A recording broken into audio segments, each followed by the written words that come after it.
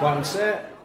Camera rolling. Sound, the good, the bad, and the just plain standard. Take one.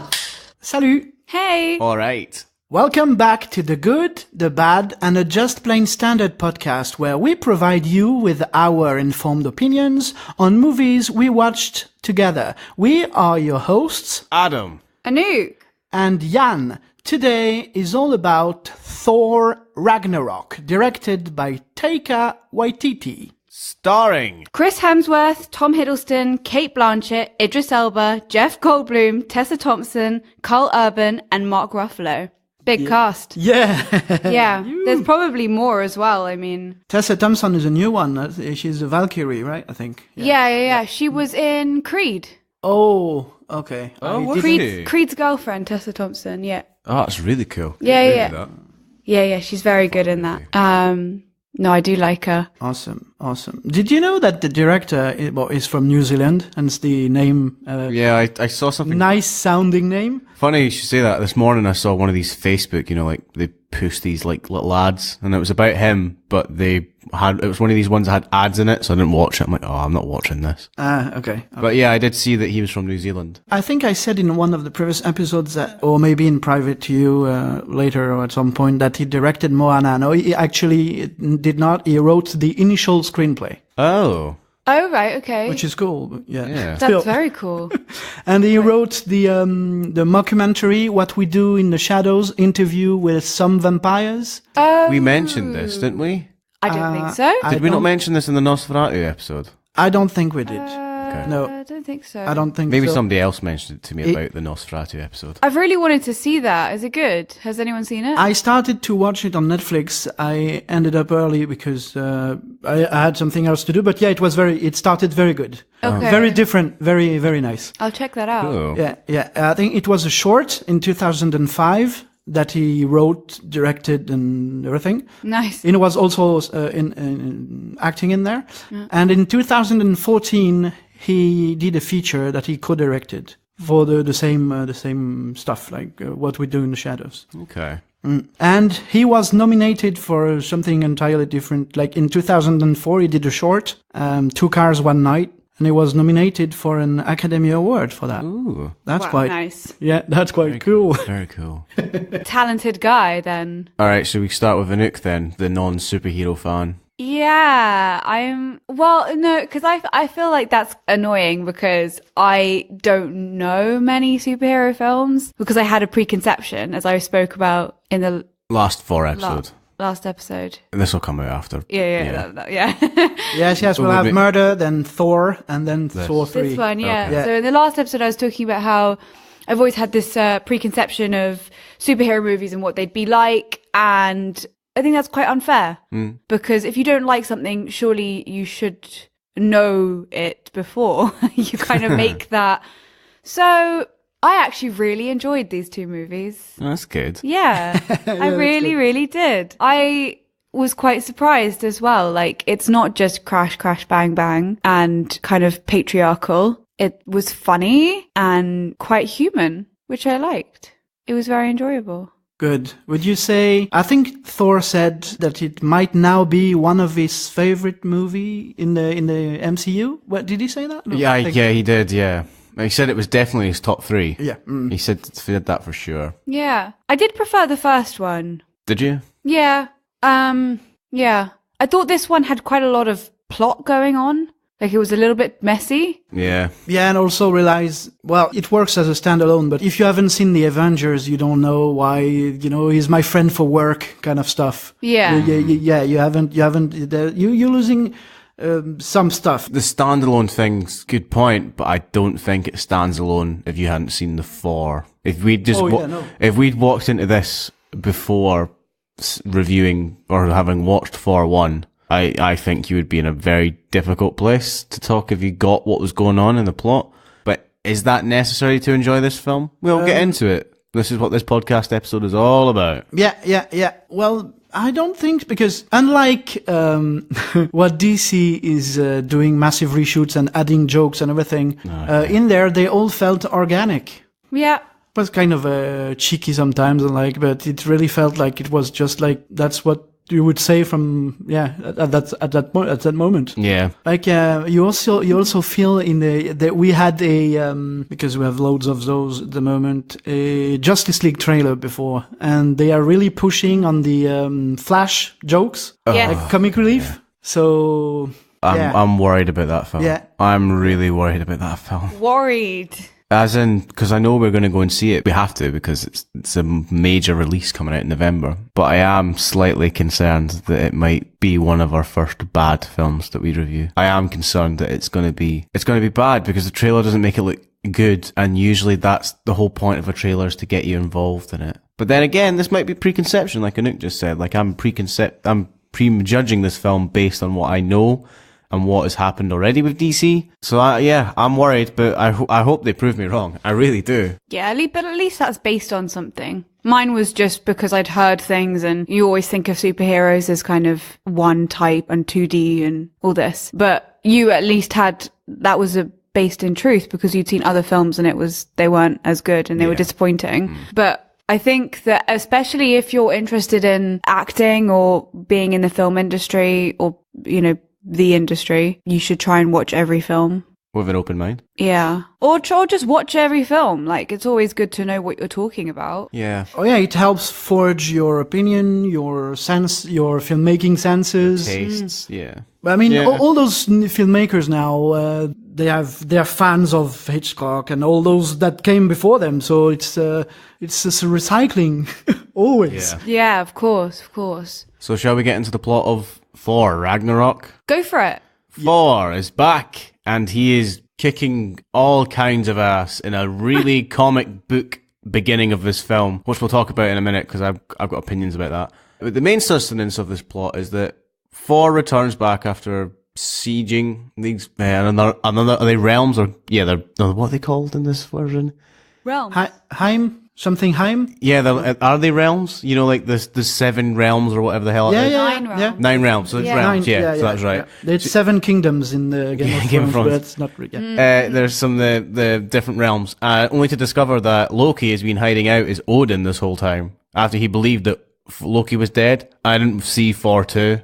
So I don't know. I don't remember if it's at the end, because I didn't rewatch it, because we are skipping it, and we'll have a Thor 2 for a different not so very great sequels series at some point. Yeah. But I don't remember if it's at the end of the Avengers 1 or 2 or Thor 2 that we actually I think it's 2, because he's definitely in the trailers for Thor 2. I remember the trailers for Dark World, so I reckon it's in that somewhere. Oh yeah, it is. At the end, he basically returns, and we see that he's taking the place of his father. All right, clearly, okay. It's seen in one of the previous movies. Yes. All right, cool. Mm-hmm. So Loki, Thor discovers that Loki is hiding out and banished their father, so they go to find their father, only to discover that he's dying, and in dying, he can no longer hold the curse or the banishment of the goddess of death. Is it Helena? Ella, who returns to besiege Asgard and take it as her own, as she's the rightful king, as being the firstborn of Odin.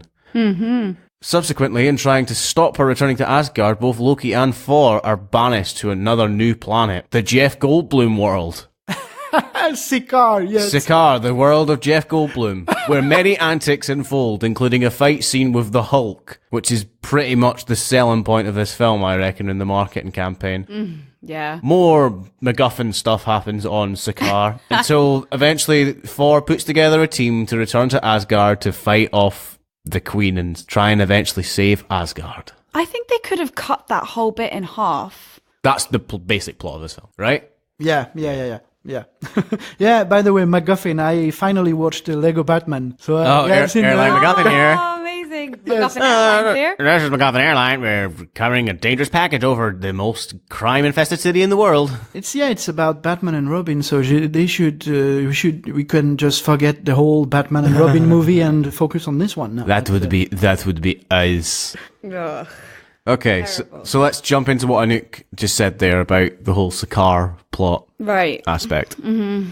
I agree that it's a bit long. There are just scenes that didn't really need to happen, and actually they were really nice. Like the scenes between Thor and Hulk, like they were really funny and fast paced, and I was totally enveloped. But as a whole film, it doesn't need so many scenes in what is it, Sikaar? Sikaar, yeah, I think. Yeah. Sikaar. I don't think need to be there, honestly.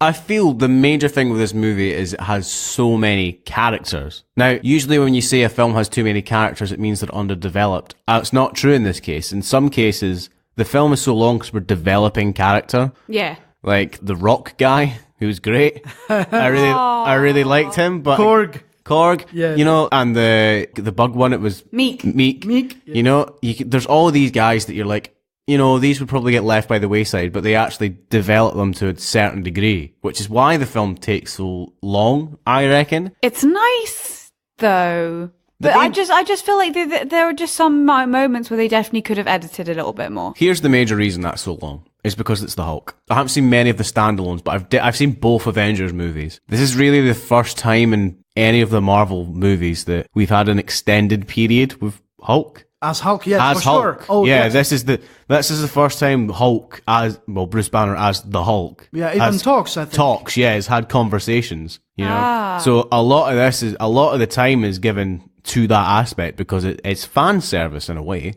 And it's part of a bigger picture. That's what I think, that's the trouble with cinematic universes now, that standalone movies have to keep you, well, basically, right? Everyone's just waiting for Infinity War. People have been waiting for Infinity War ever since they teased Thanos, and I think at the end of Avengers. I think that's when the first tease came. God, when was that? That was 2011. Oh my god. That was the same year that Dark Knight Rises came out. No, 2012. Yeah. 2012, Yeah, because Thor Thor was 2011, sorry. God, my heart really does go out to some diehard fans out there that just have to wait for years and years and years for their favourite thing to come out. Here's the Must be hard. There are people that have subsequently died, right? Sorry? Well, that we'll never see. That will never, you know, like, there would have been people that would have been excited for all this, and then, you know, stuff in the world happens. Yeah, obviously. Do you know what I mean? Like, there are people, there will be diehard fans that will never see the conclusion because it's so long. And what has kind of happened in my view, I think, which is true for some of the Marvel films and not true for others. This will debate whether this is at the end, because I've got another good segment that we usually have, random ones like Curry versus Skarsgård. Some Marvel movies purely exist to pad out the time.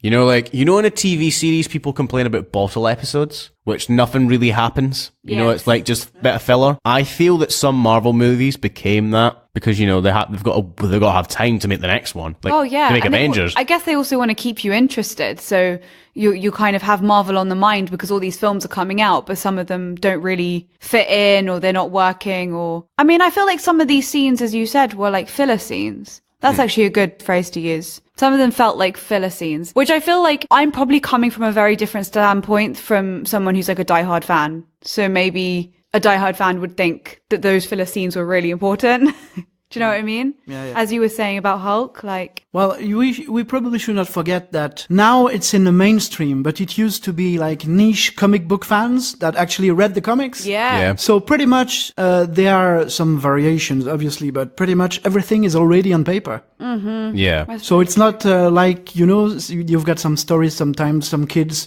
dying from cancer and they reach out to their favorite author to have an exclusive advance of the end of the saga. That's very true. Yeah. There was a kid that wanted to see Star Wars, The Force Awakens, before it hit cinemas because he was on the last stages of cancer treatment. And I can't remember if they, I think they did in the end. I think they did let him see it. I don't remember, but I assume they did because that would be the right thing to do. He had a private screening. Oh, yeah. J.J. Abrams. So Yeah. nice. Which is That's really amazing. nice, you know. That's such a nice story. That shows you how much of a cultural effect Marvel's cinematic universe has made on everything. Because now that everything's a universe, people are like, I want to see this before something happens. Mm-hmm. You know, which is really strange to think about it. Because imagine putting that back to Shakespeare's time. Like, imagine it's the same sort of situation. It's like, I want to read the first draft of your next play. Mm-hmm. You know, that Shakespeare would have been that cultural phenomenon. And we're in another one, which is these Marvel movies. That's very true. Because what blew me away at the start of the film is it's no longer just Marvel at the title screen. It's Marvel Studios. Yes, yeah. Yeah. It's huge. Yeah, and I mean, there are some Shakespeare plays that aren't that great next to what Shakespeare can do. Like Marvel movies. Well, yeah, that's what I mean. Like, I'm not saying that they were filler because it's Shakespeare, Jesus, but like, you know, there were some scenes in some of his plays were definitely fillers. Like, you know, just to fill out the time, and you have no idea why he's written this in, but it must have been context, you know? A Shakespearean cinematic universe. With 37 films. Wow. All linking together. But the only ones that would work there would be the ones, because there's loads that are set in like Verona and Venice and all like in Italy, essentially. There are a lot of them. So that would kind of work. This movie, just like Thor, I think, had 3 writers. Did it? Yeah. Uh-huh. Yeah. Yeah. I think it was Thor that we said they had 3 writers. Yeah, Thor had 3. And it wasn't too bad. I mean, because, you know, as we were saying about Spider-Man, had 6 writers or something crazy. Yeah, it had a lot ridiculous. Homecoming, I mean. And I felt like the plot was everywhere. Like I had no idea what it wanted to be.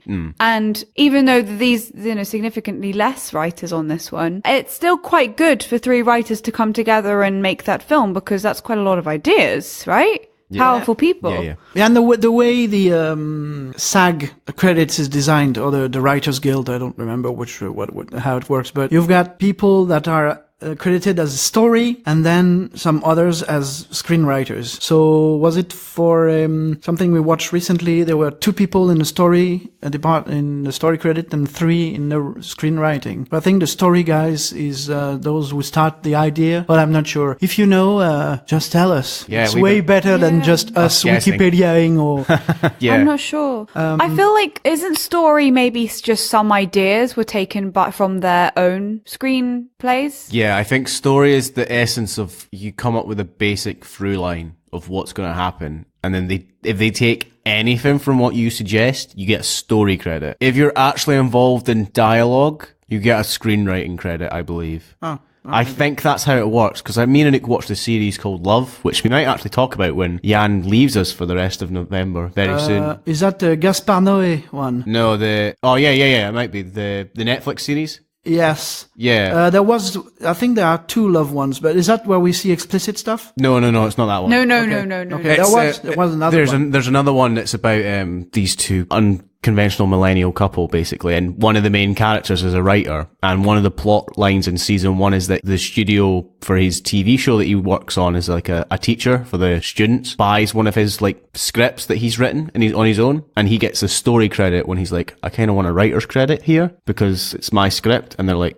yeah, but... And we completely changed your script. It's just like an essence of what we only took like your basic idea. Yeah, right. So I think that's what the difference is. I think. Okay. Yeah. Could be wrong. Okay, well, you probably get more stuff. There is a series that I've never watched, but it's deeply rooted in the industry, Entourage. Oh, you watched that? I've seen 1 or 2 episodes, yeah. The movie was rubbish. I've heard it's... The show was fine. The movie?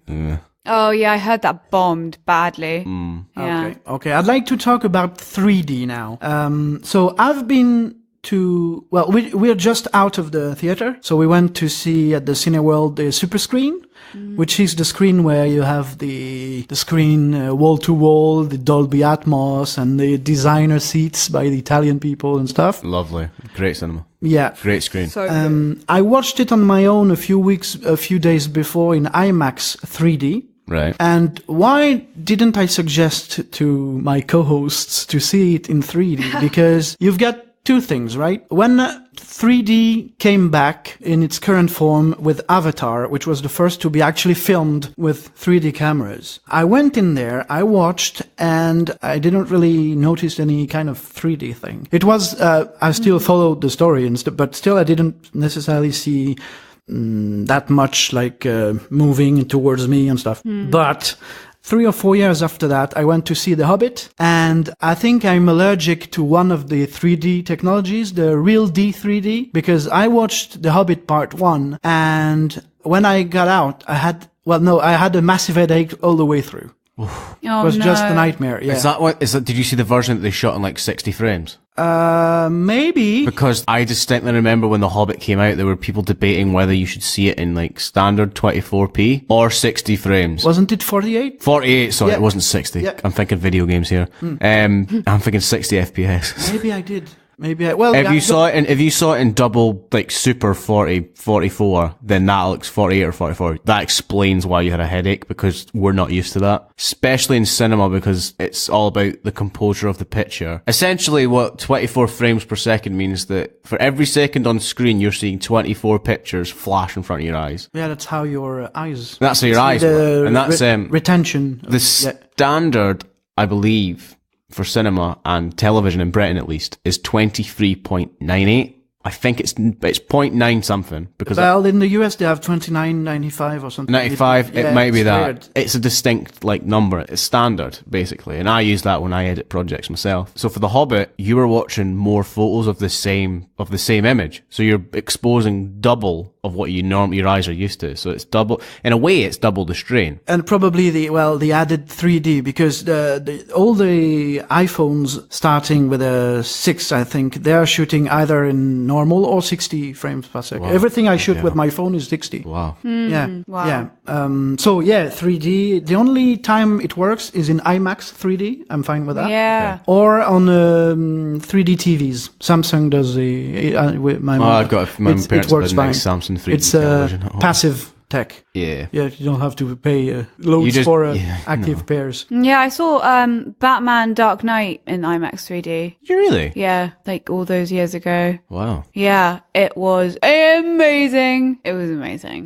The thing too about 3D is it's either fake or it was filmed like that. So Avatar was filmed in 3D. Yes. This one, it's really easy. In the end credits, if you see something with written stereo conversion, you know that it's not real 3D. Oh, okay. Yeah. And there was a website called realorfake3d.com. You basically would have the list of those that are real and those that are fake. And at the end of the Thor Ragnarok, in addition to at least 15 different visual effects companies, you had Legend 3D and Stereo D, which are the major stereo conversion studios companies. Wow. I just had a major revelation when I just talked about seeing The Dark Knight in IMAX 3D. Because I've never seen it in IMAX, and I've forgotten they put it out in IMAX, because there are scenes in those scenes that switch between full screen and widescreen, and now I've just realized why that is. I'm like, oh wow, wait a minute. Yeah, they filmed with their cameras sometimes. And do you guys remember I Am Legend? Yes. A bit. Do you remember Will Smith? Yeah. Yeah. Do you know why that film has quite a good a box office revenue? Well, reasonable, because I Am Legend did a deal that they showed the bank heist scene from Dark Knight before the film in America. So there are accounts of people buying a ticket to I Am Legend, watching the bank robber scene with the Joker for the Dark Knight, and then leaving. What? Yeah, they only went to see the preview for the Dark Knight. What? Yeah, that's how big that was back then. That's how huge people were excited to see the Joker. I mean, it was very good. Oh, that scene's incredible. It's one of the best scenes in the movie. They put that out as nowadays that would be put on YouTube, but back then that was put straight out in the cinema with a movie, so people bought tickets to see that movie. Oh my, that is such a cheat. It's unbelievable. I don't know how It is to feel unbelievable. about that. That's horrible though. Yeah. I mean, I Am Legend's not complaining because they make their money because people buy a ticket to see the movie. But it's not their money. How do you mean? As in, they're not going to see your film and what you made, so it shouldn't be their money. I guess that's true, but smart advertising. it's smart advertising because the marketing. because people would get excited for Dark Knight. No, I understand that. I understand why they did it, but surely that's complete cheek, because that's like you're making money off something that isn't your own creativity and your own, your own art. Yeah, I reckon they give extra dollar bills to the guys at the Batman guys. I bet probably. they paid it. I bet they paid a fee and they got that. I bet if that was bid for, people would have bid like crazy for that preview. Especially Heath Ledger dead. Yeah. I think before the film. He wasn't dead. He wasn't dead when the preview came out for it. I do not believe that could be factually inaccurate, but I don't believe so. Would you like to talk about what you felt about Ella? No. Yes. No. I really liked her. I know my costume for next Halloween. I better start going to the gym if I'm going to be 4 then. Oh, and I also have to save up now because that'd probably be really expensive. You'd be better off making that yourself. Yeah. No, I thought she was really good. I thought it was really strong. I thought that there was a range of tactics used. I don't know if you guys have the same feeling, but you know when you know someone's acting, but it's still really good. Yes. Yeah. And there are some actors that you watch and you forget that they're actors. Do you know what I mean? Yeah, I felt like I was watching her and I did know she was acting, but it was really good. It's not a criticism. It's just that I wasn't completely sold on her not acting. I want to disagree with that in a way. Really? There were moments that I knew it was Cate Blanchett. Yeah. And I know that she's a really good actress. I saw her in Brooklyn. Oh, yeah. Which is... in New York? No. Is that the one with Saoirse Ronan? It's the 2 women, yeah. I believe it's Brooklyn. Ah, she was in was it Blue Jasmine? Blue Velvet? Well, obviously in Lord of the Rings, but... Yeah. Oh, of course. Yeah, Goriel? Gonoriel? Galadriel. Yes, Queen Galadriel. The star, the Eden Star. Is it Eden Star or Even? No, it's not. Evening Star? Arwen was... That was Art. No, sorry, yeah. I'm confused. Yeah. She was the Lady of Light, essentially. Like, yeah. If Sauron was the Dark Lord, then Cate Blanchett was the good version of Sauron. Maybe she got this part because they saw her when she took the ring. Yeah, she goes becomes the spirit. Evil. Yeah. I thought she was really good in this. No, she was. I don't know how to explain this better. I don't know if you guys ever feel that when you're watching someone, but you know that they're acting. Do you mean trying too hard? In a way? Do you mean trying too hard? Or that you feel it was very theatrical? Yeah, maybe a little bit trying too hard, because there were some moments where I was completely like in awe because I thought that it was so well done, and it's actually a really hard part to play because she's not real, so you have nothing to base it on, you know? So that must be really tough. This sounds like a criticism. It really isn't, because she was fantastic. I just mean that there are some times when I'm watching something and I'm like, I completely forget that they're actors. I agree with what you're saying, because I feel that it's a very difficult part to play as an actor, because there's a really good safety net you can do with sort of like gods and like all-powerful deities, which is to be really distant and really like, it's essentially, we work in mindset. So the mindset would be to knock someone off their high horse, but using that mindset, you play being above everyone. Yeah. I think I talked about this briefly in Raindance. Last year, I did a 30-minute extract from the play Bull by Mike somebody. I can't remember his surname, but I will put it in the tags for this episode. Such a good play. Mike, it's B. I can't remember. I don't want to butcher it. Anyway, I played this part of a man who is bullied by his co-workers in an office environment. And I remember going to our coach at the time and saying my main concern was I don't want to be playing the state of being bullied the whole time, which would be the easy way to do it, you know, which is basically to ignore whatever the other person puts to you as an actor and just be like really defenseless. The way I overcame that is by whatever they fired at me, I tried to fight back. And it works for the bullying because that's essentially what makes the bullies look even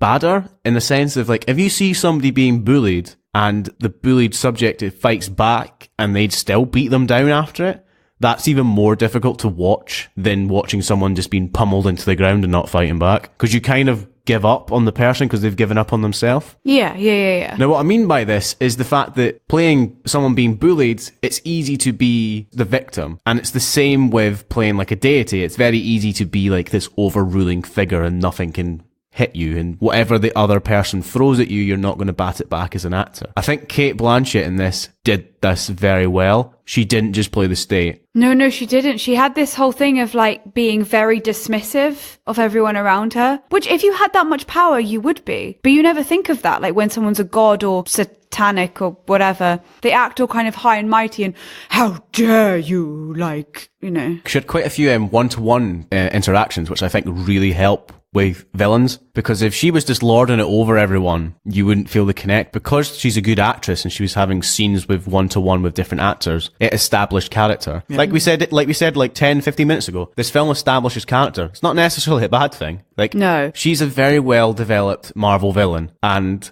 here, this can segue into us talking about Jeff Goldblum. Because she's the main villain of the film, I'm sad we didn't get more of her, if you know what I mean. But yeah. I also feel because we didn't get more of her, she did better in a way because we weren't oversaturated with her being the main villain. Yeah. But in saying that, because she's really good, I feel that she does overshadow Jeff Goldblum's character in the film because we don't get much of him. But I wouldn't necessarily say she casts Jeff Goldblum's performance in this film. Oh, he was so funny. Yeah, that's the jester type character. Yeah, which one is it in the Commedia dell'arte? Is that Harlequin? No. Oh yeah, Harlequin. Harlequin, yeah. I just come up to stage and I'm like, who am I reading for? And they're, he played Jeff Goldblum. They're like, bring me the cake. And I'm like, yeah, I'll take it. I'll take the cake and I'll eat it. I will. And I did. I love cake. Cake. Do you like cake? Oh, cake is do you know so what? good. Do you know what's really good? Madeira cake. That's a British thing, right?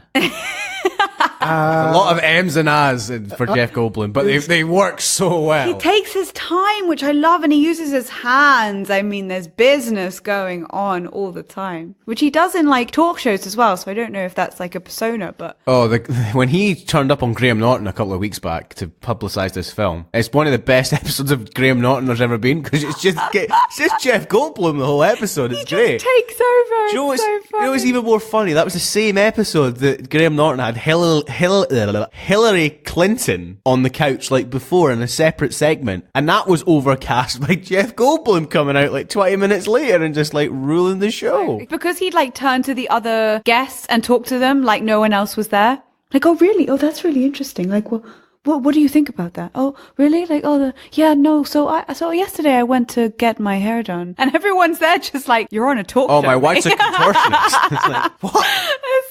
It's so good. I love it. What did we think about his character? What was he? Not game master. The Grandmaster. Yeah, Grandmaster. Yeah, Grandmaster of Sakaar. What did we think of the Grandmaster? Apart from being good because it was Jeff Goldblum. I kind of wanted more of him, actually. But maybe that's because I just want him to have his own film. Like, I could just watch him all day. So I don't know, having more of him would be good for the film. Yeah. Do you know what I mean? Maybe not. Yeah, it would spend more time with the Sakaar plot, which is a bit weird. Yeah, it wasn't great. You're being one of those Johnny Depp loonies now, are you? Yeah, I'm taking photos of Johnny Depp. And Jeff then I'm like, Jeff Goldblum in this one, yeah. I would. Yeah, we had the real life Hulk in the room with us at one point today. Oh what was that? Yes. Okay. Are we going to talk about that? Okay, fair enough. That was ridiculous, though. It seems like anytime we go to the cinema, we've always got a story. Maybe we should if any fan is good at animation, I would love it if our cinema stories got animated. Like when we do have them, because they would be animated. So, okay. Bearing that in mind, Jan, you want to tell this story? Because I usually tell the cinema stories. Go on. Tell us the day we met the Hulk. Well, I did not follow the whole thing, but I just at one point heard loud and weird noises, and there was someone jumping around like crazy going to the toilet, so I don't know. We're like, what the fuck was that? Yeah. It's just this man bouncing down the stairs like, right, left. Like, what the fuck? Why? Like, this is the middle of a film. Like, we were all taken out of our, tunnel vision of watching a film to like just watch this guy lumber down the stairs. It was foreshadowing for the appearance of the Hulk. The actual Hulk. I'm like, Jesus, the Dolby Atmos in this cinema is really good. Bloody hell! I can hear the Hulk coming. Oh dear. That was ridiculous. That was crazy. It wasn't as bad as the Johnny Depp fan club, but it was up there. To get back to Ella, she reminded me of one of the strongest character in manga. There's this fairy tale, so that's in your language, fairy tale, a tail, like the dog's thingy, not the tail, well, whatever. Fairy tale. Yeah, fairy tale. I see what they did there. And there is a character named Erza Scarlet, and she, it's just in terms of her combat style, she materializes stuff. Cool. Yeah, when Ella makes Scourge her executioner, that's the closest look we have at the way she materializes stuff. So we see the axe. So it reminded me of that Erza Scarlet who is doing that with swords, with armors. So she has a lot of different armors depending on their powers. That would be a very interesting thing to cosplay that woman. Oh, I'd love that. Speaking of armors, I did like that they finally gave Thor the winged helmet in the gladiator scene when he puts on this new helmet that has like little wings to it. Yeah. Aye, that's an homage for sure. That's like a little reference to Thor having wings on his helmet. Yeah. Mm-hmm. Right, okay. Yeah, I think I've watching some YouTube videos. They removed it because it was not convenient or something. Oh, yeah. But yeah, in terms of I think they liked the fact that he had long hair, so they wanted to show that off without putting a helmet on over it. They quite like that. Yeah, I think yeah, you're right. Yeah. Yeah? Oh, yeah. And, just like Yang gets really insensitive when we talk about hair in movies. Yeah. All right, I'm bald. No, all but right. especially given the fact that our Stanley cameo was him cutting Thor's hair. Oh yeah. Oh, yes. Please, not my hair, please. No. Fellow. And what a nice hair trimming apparatus he's using. Yeah, like, Stan Lee. Wow. Terrifying. Yeah. What a weird cameo. The Stan Lee cameos get weirder every film. Oh, so funny.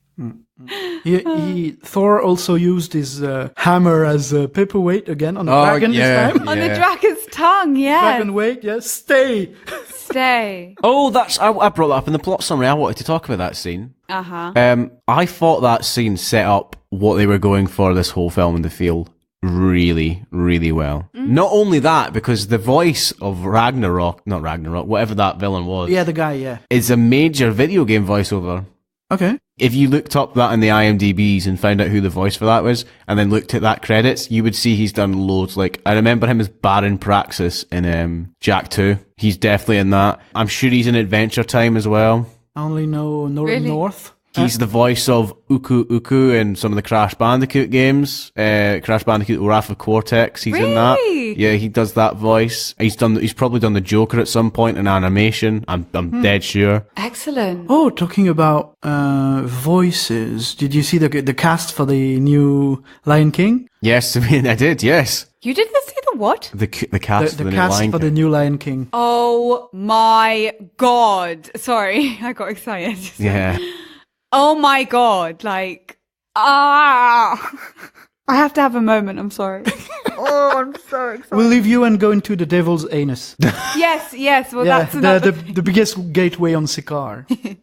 I didn't name it that. Why did Who they do knows? that? In the beginning, what I meant to go for here was, it was like we were watching a comic book fight, which I really digged. I was like, you know what? They're embracing a comic book movie, and they're going for it with the soundtrack going off, which is Led Zeppelin is it Immigration Song. Yes, I think I think it's Immigration. That's Song. the one they used extensively in the Justice League trailers, I think. Yeah. Bigger fuck you. They use it in Shrek too, as well. Oh, Shrek 3. Shrek 3. When the princesses fight back. Yeah. Yeah. It's a great song. It is a great song. Gosh. Credit to Led Zeppelin there. Oh my gosh. Yeah. Could write some jamming tunes. Yeah, a few. Oh, there was a genius moment of acting, which was actually not really, it just did nothing, but it was just so beautiful. When, Loki, look who it is! Cut to Loki's face, and then you've got Loki's face. Yeah. Oh, yeah. It was just magical. Perfect. Oh, Nuke won't get that joke when Thor's getting whacked about with Hulk and Loki just stands up and goes, you see? That's what it feels like. So at the end. Oh, did he get fucked up? Yeah. You haven't seen the Avengers. In Avengers, No. in Avengers, because Loki's the main villain, we see the weapon he uses. Actually, we see the Tesseract again in this film, which is the main weapon that he uses in Avengers Assemble. Oh yeah, by the 2012. way, we see he's seeing it on his way to put the stuff, but there is some time, so maybe he took it. Yeah, there's that. I was wondering, because I didn't know that there was a connection. I was wondering if they'd bring that back or if that was a weird edit or something, but I saw him stop on his way to get the helmet. The helmet, yeah. And I was like, "Oh, what's that? That's going to be important." That's the Tesseract. So that's the thing. Okay. In the post-credit scenes for 4-1, we see the Tesseract for the first time. Yeah. Or do we see it in Captain America as well? Or is it just in 4-1 we first see the Tesseract? Oh, we see blue stuff in, I think we've seen Captain America. Captain America. Yeah, I haven't seen that film yet, but I'd imagine they might put that in there. So it's the main weapon that Loki uses to like bring madness and chaos to New York City in Avengers. Oh yeah, maybe. Of course. Red Skull uses the, in Captain America, it's the main thing. Yeah. So, in Avengers, when Loki's being confronted, he's like, I'm a god and all of this, and it's just cut, and then Hulk just jumps in and like smashes him about the room in the same way that he's done in there. So that's why Loki gets up and gets like, that's how it feels. Because he's had that done before. Okay. That's a good segue to talk about other movies affecting this film by other Marvel films. For example, if you hadn't seen Avengers Age of Ultron, you don't get that the Hulk's been missing for 2 years. I'd forgotten, honestly, that how that film ended with him flying away with the, does he fly away after to like distract somebody? I don't remember. He's flying away because you have to flee the scene. I don't remember. I don't remember why he leaves, but I'd forgotten that he doesn't turn up again. So that probably explains that. But there's a couple of things that you miss. Kind of didn't matter though. No, not the overall story. I definitely got the fact that Loki had been beaten up by Hulk just by the acting. So that's massive kudos to the camera. Hiddleston as well. Editing in Hiddleston, yeah, for sure. Because I definitely got the fact that was a thing. I just didn't know that that was actually a scene that had been seen by everyone else. I thought that was just, You know what? We will review Infinity War.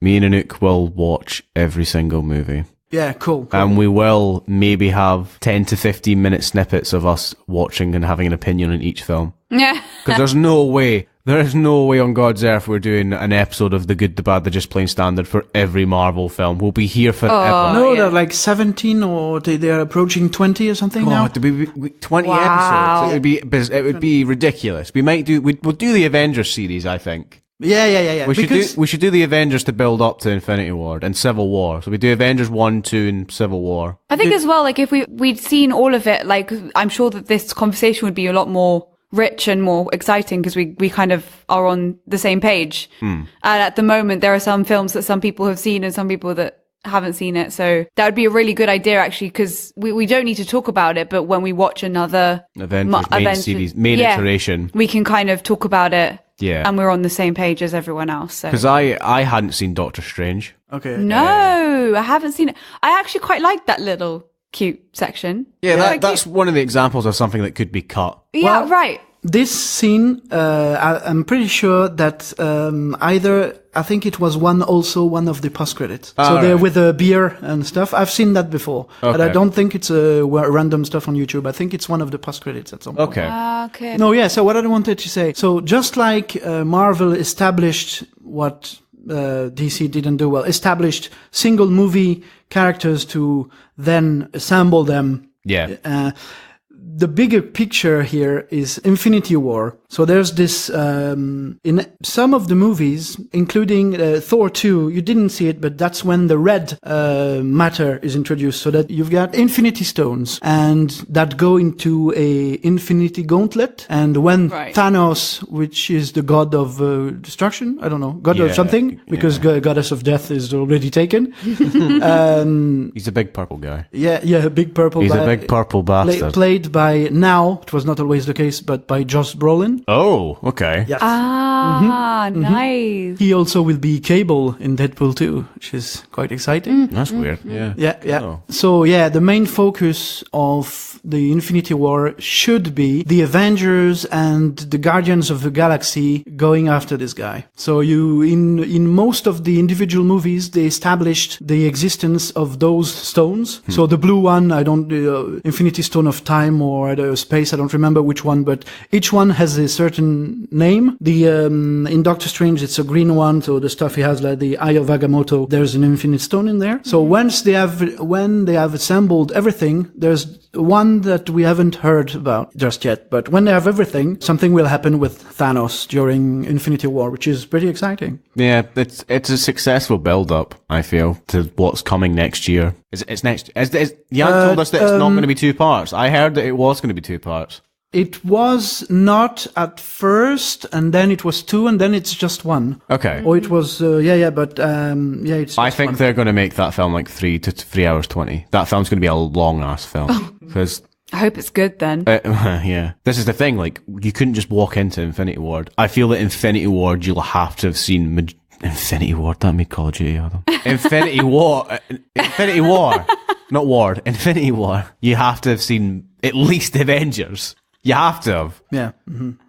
That will be the 90th movie, Infinity War. What? Yeah. That's insane. Wait, it doesn't say it's in 2 parts, but I'm just Wikipediaing here. It says that there is Avengers Infinity War on May 2018 and the sequel the following year. So it's probably Avengers with a different title, probably. Because it's no longer advertised as Infinity War Part 1 and Part 2, so I don't know. So literally, we're going to get the turning point at the end of the first one. It's going to be like like Chapter 1. It is going to be like that, because they know.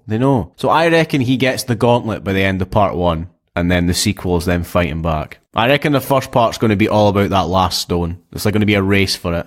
Yeah, makes sense. Probably. Makes sense. Also, the post-credit scene. In Thor, there was just one. That's post-credit scenes, but since I don't remember which one, we have mid-credit scenes now. It's after Avengers, because there's the Avengers one is when the last one is them in the cafe eating, like, shawarma. Yeah. It's after that, I believe, that there's 2. Okay. There's a throwaway joke in Avengers about Tony Stark comes back and he's, like, hungry for shawarma. So they go and have shawarma. Shawarma.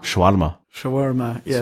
But in this one, at the end, when everything is settled, kind of, and they're heading toward Earth, and you've got a massive spaceship that is coming into the frame, so I wonder if it's either coming from the Guardians of the Galaxy universe, or maybe it's actually Thanos. Because the next one is Black Panther, and it's supposed to be a standalone, introducing a new guy properly, so I don't think we'll get anything on that. And usually they used to, like, Thor will come back in the Avengers, or we didn't stay until the end of the credits for this one, so I don't remember. When I went in IMAX, I think it's a Jeff Goldblum thingy that's afterwards. I don't remember exactly, but for sure I don't remember seeing Thor will come back in. So I don't know, but either this or Thor. Either this or Thanos directly confronting them. I mean, I really enjoyed these 2 films, so I mean, I'd be happy to see Thor again. I think Hemsworth is really good. You will enjoy Avengers. You really will. Cool. It's worth watching. I kind of do feel that we should definitely watch a bit of Iron Man 1 and Captain America 1, and then we're good. Once we've seen those 2 films, you're good to start Avenger 1. Cool. And then after that, we can decide where we're going to go from there. If we're going to watch every one of them. Yeah. I'm so excited. Yeah. Captain America, the CGIing Steve Rogers into a tiny little thing is just, it looks like shit, but the rest is great. Yeah. It's just like super serum. Yeah. Oh dear. So I won't spoil it. We'll watch it. Yeah. Don't worry. There was a great use of floor mirrors at some point when the Valkyrie and Loki were summoned. Oh yes, I liked that. That was very cool. I was like, oh my god, I'm so confused. I don't know if I'm in the mirror or if I'm seeing that. It was really well done. It was kind of a pan or like a circular pan through the mirror. It's a tilt when it's up and down, and pans are just on the right and the left. It's one of the memes in the filmmaking page, like when the director is asking you to pan up. No. Can you pan up? Can you tilt up, please? Tilt up. Yeah, but I never knew you couldn't say pan up. So you don't say pan up. You say tilt up. Yeah, I think it doesn't. Yeah, just like panorama. Yeah. Okay, so it tilts up, but like in a circle, so it goes overhead and then tilts down, and It's that was very nice. The whole concept of the whole idea that Asgard is not a place but people. It reminded me strongly of a series I talked about before, which I loved, Battlestar Galactica. The Mole? No, not the Mole, not the Mole! No, Battlestar Galactica. Basically, you've got this. You had this series in the 80s, the Cylons, stuff's happening. Then you've got a silence for ages, like I think it's 40 years, and then they come back and they how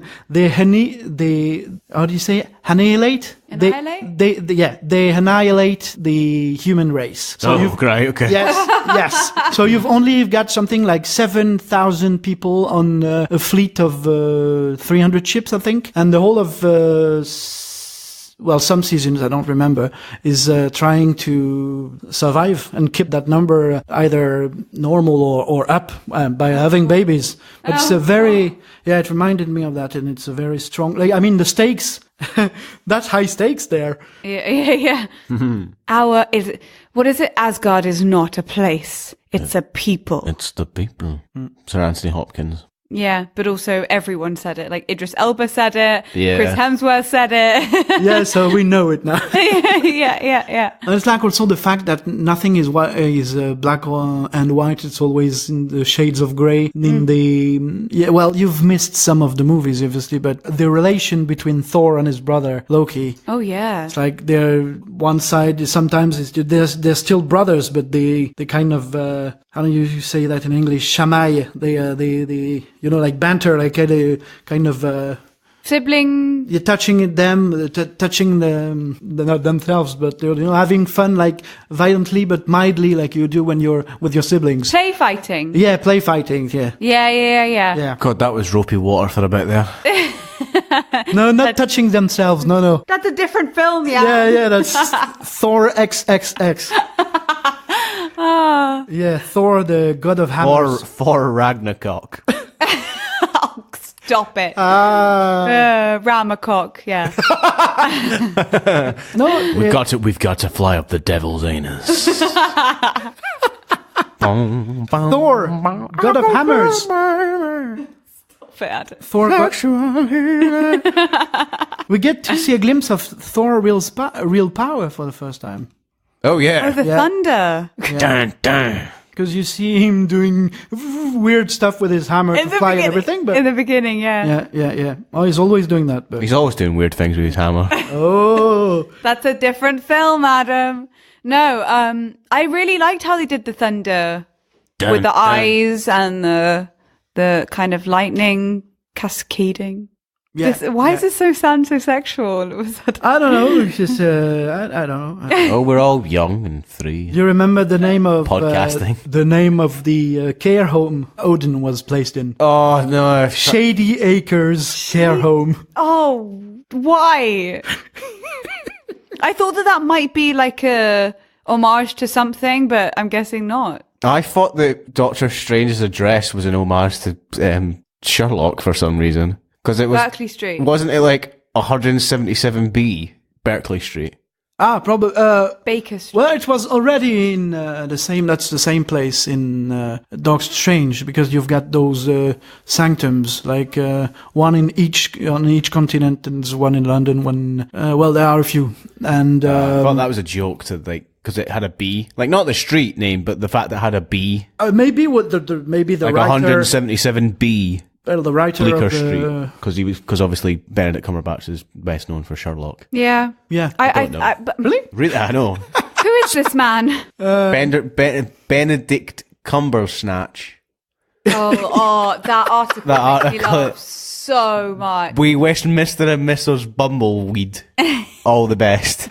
Did you see this YouTube video with there's Chris Pine, and they're trying, though they've got two fan bases, so you've got the Pine Nuts and the Cumber Bitches. Yeah. Yes. It's like, so we've got, I think it's Graham Norton again, I think. Yeah, so we've got two fandoms here. We've got the Pine Nuts and, would you like to Collective. tell, that's the Cumber Collective. No, I don't think it is. Cumber Bitches. Cumber Bitches. Let's do Get Help next time we're somewhere. Yes, please. Yeah, that's a good joke. We're not doing Get Help. Somebody help me, my brother is injured. And then throws. I enjoy this joke. Another.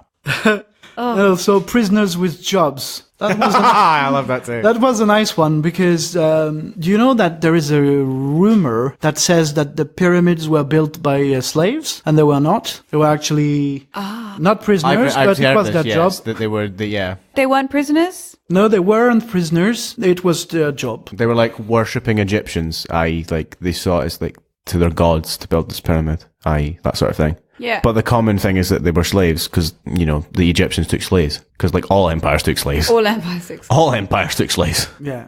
Need somebody to build stuff. Not you necessarily pyramids. Did you also love Scourge's moped? Oh, yeah, he had a Vespa. Yeah, Vespa, that's it. He nicked a Vespa. Yeah. I don't remember that. You know, at the beginning when he's like, when Chris Hemsworth is trying to get home and he's like trying to chat up these two women by going, look at my wares. I've got a Vespa. I've got these two guns. Oh, God, one's yeah. called D and the other one's Des and the other one's called Troy because when I put them together, they destroy. Oh dear. Oh dear. I think we're going to go, oh, what? I love the action theme. Every time the action was getting more intense. I agree. The music was good. Yeah.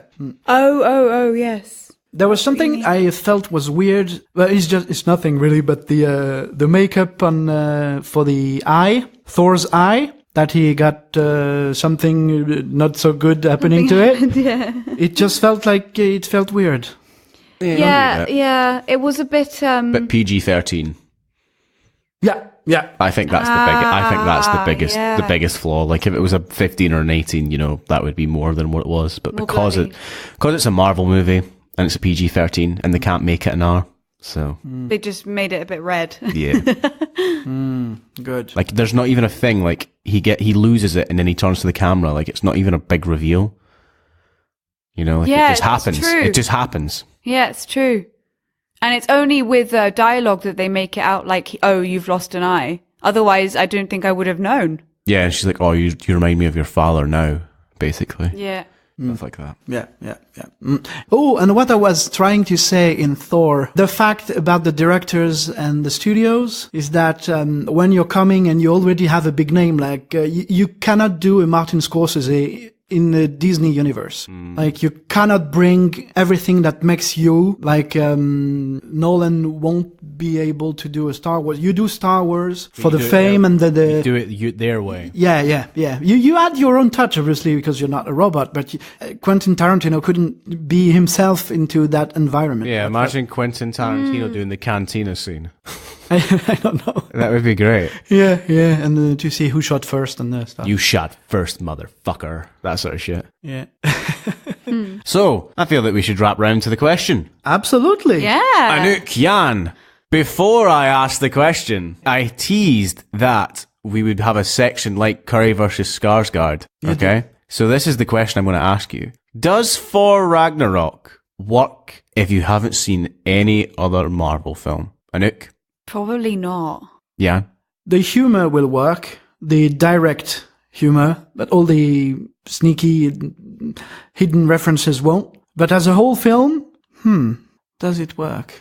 I think it does, because it has the journey, that you've got the whole structure, you've got everything. I think it works, but you're losing loads and loads of stuff. I agree with that, Jan. But I would say this. If this was the first Marvel movie you saw, it would get me to watch the other ones. I feel. And I think that's the biggest credit to a standalone film, especially in a series that is like Marvel now. It's no longer about making a film that works.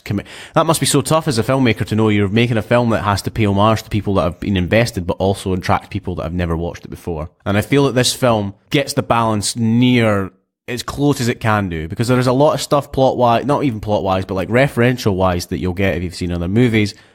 But if you've never seen anything, I still think you would enjoy this as a blockbuster, even though you didn't really know what was going on. And then maybe if you enjoyed it, you would go and watch the other ones, what me and Anouk are kind of doing, in a way. So I feel the movie works it's a director's really good credit that he made a really good film that works for both audiences, which is a major credit. Yeah, I like how you said, I agree, but it's like Haddad Stark used to say, everything before the word but is horse shit. Yeah. That's I love that. That's a good line. Yeah. So then. Yeah, I feel like, yes, of course it works. Like, it's a good film. So I kind of agree with you. But if you're watching it, like for example, with me, I'll probably watch this film after I'd watch it again after I've watched like more of the. Yeah.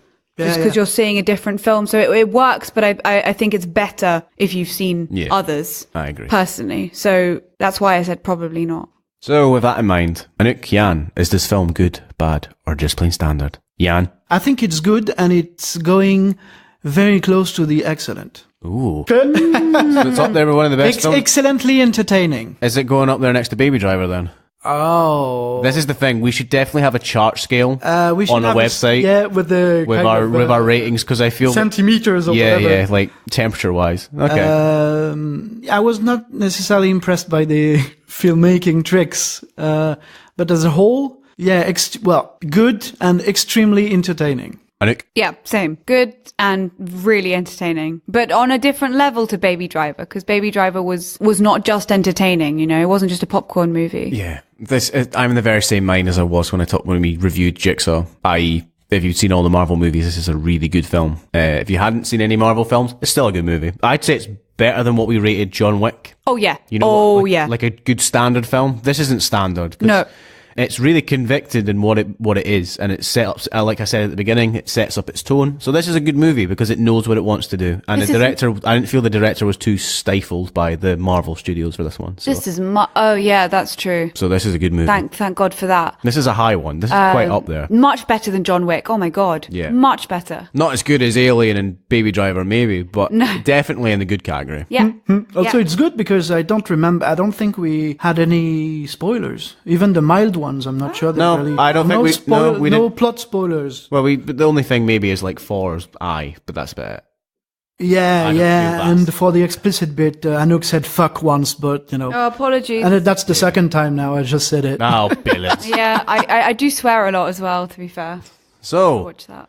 I think that's it. Thanks again, listeners. Thank We're you. nearly there. We're rolling in on 1,000. Oh, yeah. There. So excited. Very soon, very soon. Very soon. Thank you. And very soon as well to this recording, we will be having our first ever giveaway on our special first ever video game episode. Yes, Dun, Super dun, dun. Mario Odyssey that we will record at the end of November, and in December we'll release it with Amiibo prizes. Yeah, all you Nintendo fans, get your hands on one of these goodies.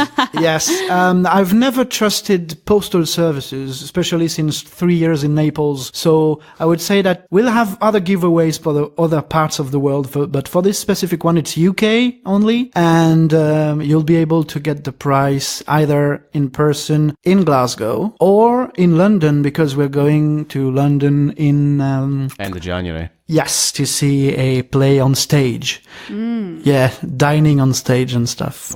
Exciting. Yeah. Yeah. So you'll get more news on the usual social networks. All to come. Thank you again, listeners. Thank you. Thank you very much. So we were Adam. Anouk. and Jan. Bye-bye. Bye. Bye.